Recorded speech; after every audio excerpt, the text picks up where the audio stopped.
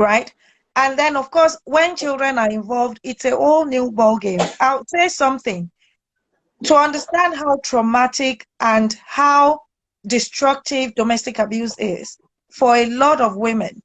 You find out that because even apart from the ones that stay with that dysfunctional belief that they're staying for the sake of the children, you will see the situation where this woman doesn't even have a child with this man, but she still can't make the decision to leave.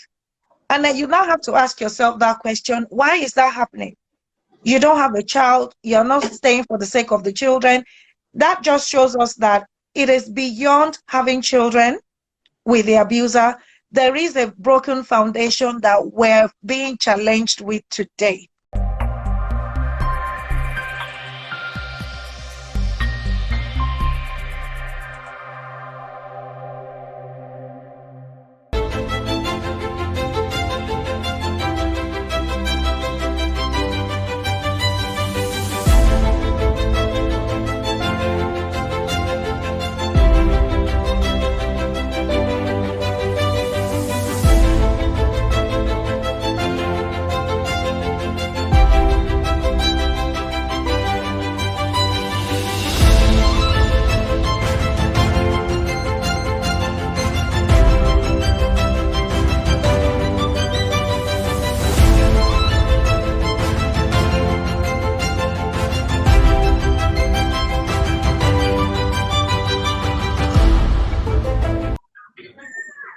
You no longer have a marriage. Now you have an assigned indoor terrorist to your life and everything that matters to you.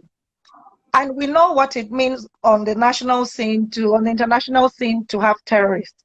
Because these people, what they do is, a lot of abusers, I believe you can also testify to this, in the sense that when you see a lot of these people, and then you have the record of the things they've done, you can't match how they look with their characters, right? So, and they are not always abusive all of the time. So there is that dose of what looks like kindness, but there are heavy doses of unseen maltreatment, physical abuse, verbal abuse, things, very inhumane treatments to the people in their household, right? So when children grow up in this, it is a major challenge. Who is going to raise them? Because it becomes their normal.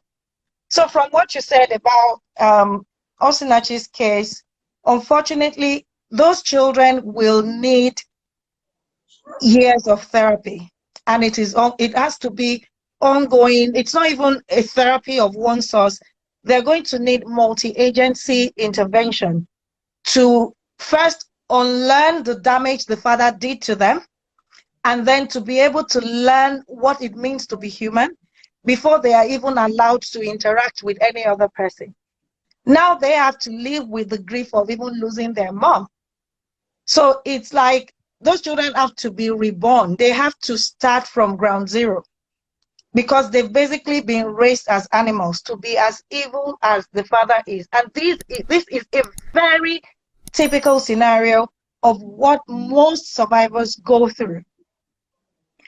You know, so people should stop encouraging. I won't even call it encouraging. It is an act of manipulation when someone says they are leaving an abuser. For the ones who are fortunate enough to still have that mental capacity to make that decision, we have to stop manipulating them to force reconciliation. We have to stop rejecting them. We have to stop castigating them. We have to provide support for them. We need to reassure them. The society has enabled the perpetrators for so long. Things are changing, but obviously not changing fast enough because of all the awareness and intervention. And again, thank God for these digital platforms as well to have conversations like this, right? We need to make these perpetrators accountable. So in situations where a perpetrator has even been arrested and, sent to jail, you will still have some family members and some religious folks, sometimes you wonder which part of God or which God are all these people serving. They try to control the situation. They try, I think generally people like this idea of, hey, I've begged her now, I've begged him. Like, begging makes something okay. Begging is useless. There's not been any sense of remorse. Begging is no indication of a sense of remorse or a change in behavior. And then you don't expect a grown adult who has been in that situation, grown up, maybe with childhood experiences of abuse and seeing how the relationship dynamics in the adults in their life was, repeating this pattern. So let's say, for instance, a 45-year-old man who is abusive. We don't expect that just because one pastor has a 30-minute conversation with the person, so all things have passed away, all things have become new. So just forget about kiss, make up, and go away. No, we're only enabling abusers, and we're also putting a lot of survivors at risk by doing that. So 45, someone that is being abusive, the abuse didn't start from when they met the person or when they got married. The abuse started long before the victim met the abuser, right? So we can't even start blaming the victim and challenging them to think, well, if you were a good person, it's not normal for someone to just beat you up or treat or maltreat you, right? So there's also, when we say that to survivors, what we're saying is there's something about you. We're fault finding, basically. We're saying there must be something you've done to cause that reaction, right? What did you say to him? What did you do? How exactly. do you must have said something? That's right. Because, like I said, abusers are two-faced. A lot of them have multiple personalities. They know how to create good impressions, right? And even the multiple personality is part of their manipulative behavior. No abuser is normal, really. They are all on the spectrum. But some are on the spectrum wider than the others. And I mentioned it before. Once they crossed over into those spectrum of personality disorders, where they have narcissistic personality disorder or they have histrionic personality disorder, once they cross into those personality disorders, it is a journey of no return, right? There is really nothing anybody can do to support them anymore. And all of this is not even just about the upbringing in their immediate home. Only then you have an issue there to resolve. Please help me bring that. Help me bring that. Bring that. I think I'm just going to dash out. This is what I'm making noise of. Oh my God, small but mighty. Oh wow. That is what I've been making noise of. Let me give the mother. Oh, that is so cute. You are saying it's so cute. With the cuteness, oh yeah, they should go and play with her or him in the back garden. Then you guys will come back later. And still making noise while breastfeeding. How is that even possible? Well, anyway, showing you the bosses at the moment. That's the noisemaker. Yes, so we have a lot more responsibilities on our plates as individuals than before we start even making demands of the government. Can I tell you something that happened today? I was invited by Greenview.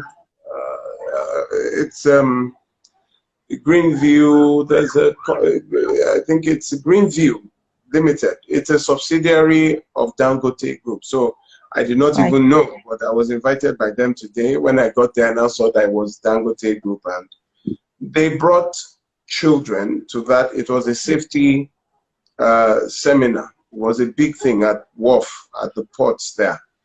So, there were all these big men, and then they got children from a school nearby to also come, about 30 or 40 children, to hear on health and safety.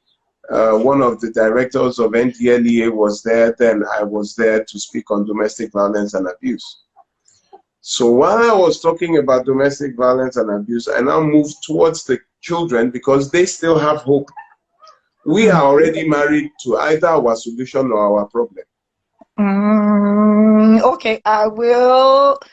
Yes, we are already. You shouldn't be married to the problem, but it's okay to be married to the solution. Yes. So some of us already made the choices, the wrong choices. Some of us are living with the consequences of our choices. All of us are living with the consequences of our choices. So I now told them things that they need to know. Number one, dating is very important. You cannot skip dating and say our church says it is courtship when you pray. Or some people, I met a man, the man called me last week, and he had been going through hell. And I said, how long did you date her? He said, I met her for the first time 3 days to the wedding. I said, how is that possible? He said, it was my big sister that arranged the, you understand? Yeah. So I told them that don't let anybody arrange anything for you. You will date. You will look at character. Marriage is all about character and not religion. And, you know, I spoke about abuse. And when one of the children came up, you could see as I was talking, some could not look at me. So I knew that some of them know exactly what I was talking about because they were looking down. And, you know, others were looking, enjoying, the others were looking down. So a lady, it was a girls' school, so all of them were girls. So one now said she had a question. She took the microphone. Faye, do you know what she said? She said, can a child go and report at the police station that her mother or her father beating up the other spouse? You know, everywhere just went quiet. When you look at the responsibility that now beholds on this child walk to the police station to go and report her parents that they are, but this is the sad fact. Yes. If she reports and the police go to, you know, according to our law, it is 3 years imprisonment. So if the father or the mother is the abuser and they are now locked up and they are now in court, and you see that what you have said can send your parents, a parent, to jail. The next thing they will do, you know, the family will come. You want to send your father to jail? Yes, you want to send your mother to... So it is not really practicable because the trauma of the child, even if the parent is sent to jail, they would give what I call emotional blackmail. I hope you're enjoying your life now.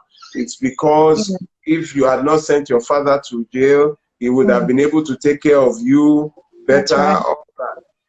So the question for me now is, how can you intervene? What can you do? What can the public do when children are exposed to domestic violence and abuse in the early years of their marriage? What would you prefer? What can one do? Right. Domestic abuse first is everyone's responsibility. You know, before you share this, I did say that individuals have to take responsibility, of course, within safety reasons, before we can start making demands of the government. It's a difficult thing to place the responsibility of reporting it on the child, right? But when a child is bold enough to report it, we have to believe her. It is very, very important that we believe the child. We do not dismiss them to think, oh, this one, she talks too much, or is the child, you know, that you don't know what you're saying. I know your parents, they are good people. Abusers are actors, all right? And they create impressions. It is very important for us to believe that child.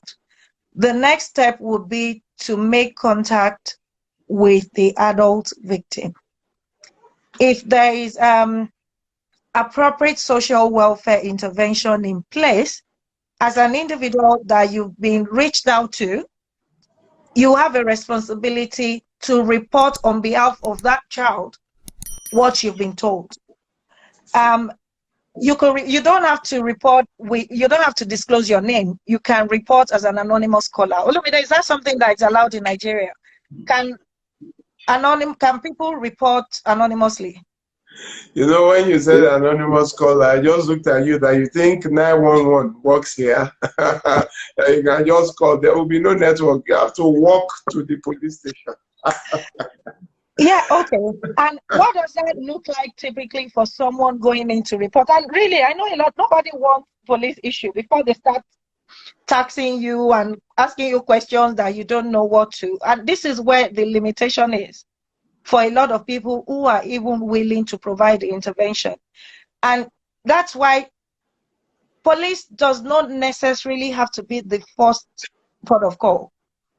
So we still need this other alternatives of intervention, like the social welfare, that we could contact to report a child. It does. Okay. Yeah, go on.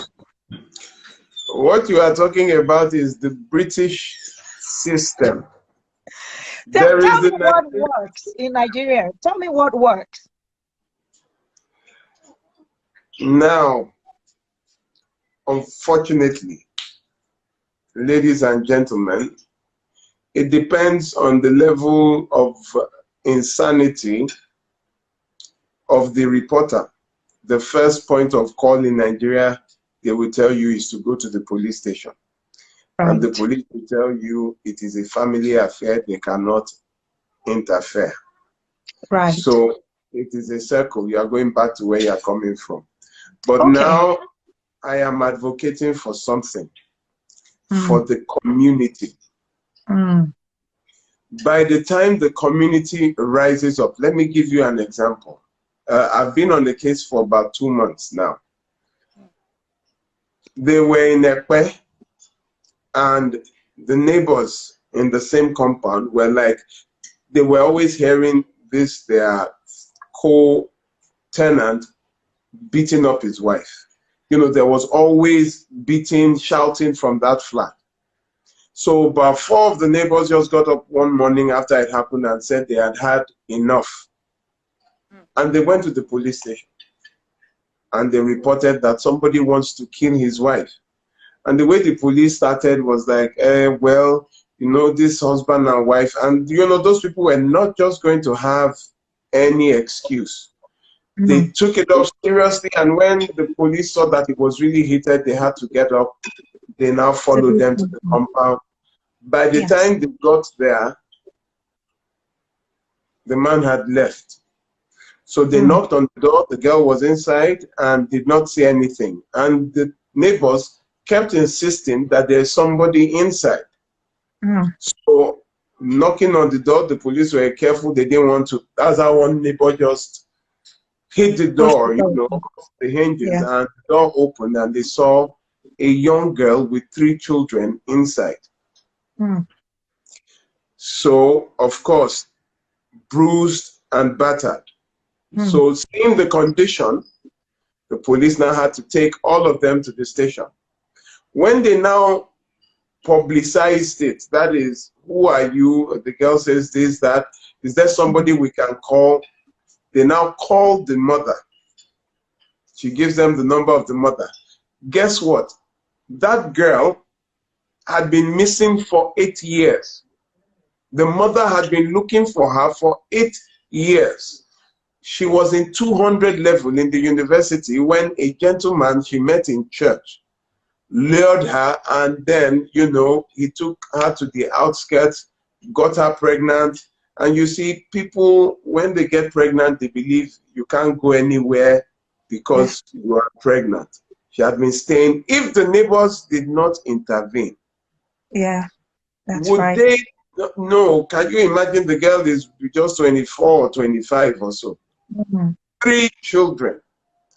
Can you subtract 8 years from 25? It will give you a 17, 18. So you remember, now see how young that girl was when they took her from 200 level. 8 years of her life just went. The mother came, you know, it had even caused a separation between the mother and the father, you understand, that child. became a serious matter. The action of those neighbors led to the discovery of a missing child for 8 years. So what am I saying? I think for here in Nigeria, I advocate for community action. Absolutely. Where That's right. in the community, abusers don't feel safe. That's right. That's it. It's just there, it's me and my wife. When you know that people will rise up, and if Yes. people will beat you up, when That's they right. will not cover up abuse, all in the name of reconciliation. You know the funny thing, the church, our cultural leaders, our tradition, the elders in the family, if everyone were to reject abuse, That's right. Yes. then it will be difficult to be an abuser because you have nowhere, you have no basis to stand. That's right. But in Panti, when a father of the child was called, and when he got there, he even thought the child was, his son was arrested for armed robbery because Panti is state CID, Criminal Investigation Department, but they have a gender office there. When the father got to hear that the man had beaten the wife and pushed her down the stairs and, you know, her ribs were broken, when the man heard, he just asked the police, he said, why did they call him? He said, you are the father. He said, no, that is a bastard. That is not I'm not that never, nobody should ever call him the father of this boy. He just started referring to him as this boy. And he said today, he disowned the boy, he did that. Where did he learn it from? And, you know, all they wanted to do was to release the boy on bail to the father. The father refused to collect the bail. The boy has been in the cell because nobody has come to bail him. When things like that begin to happen, that it not be my son, and Sentiments. That's right. People are dying. Last month we buried 19. We have 21 days in a month. Can you imagine 19? And Olumide, the 19 are the ones you were aware of. Those are even the reported cases. But all people know was Osinachi. Osinachi was number 19. What about the 18 before? Absolutely. Yeah. I think I'm advocating for community action. It's very important. It no longer be mind your business.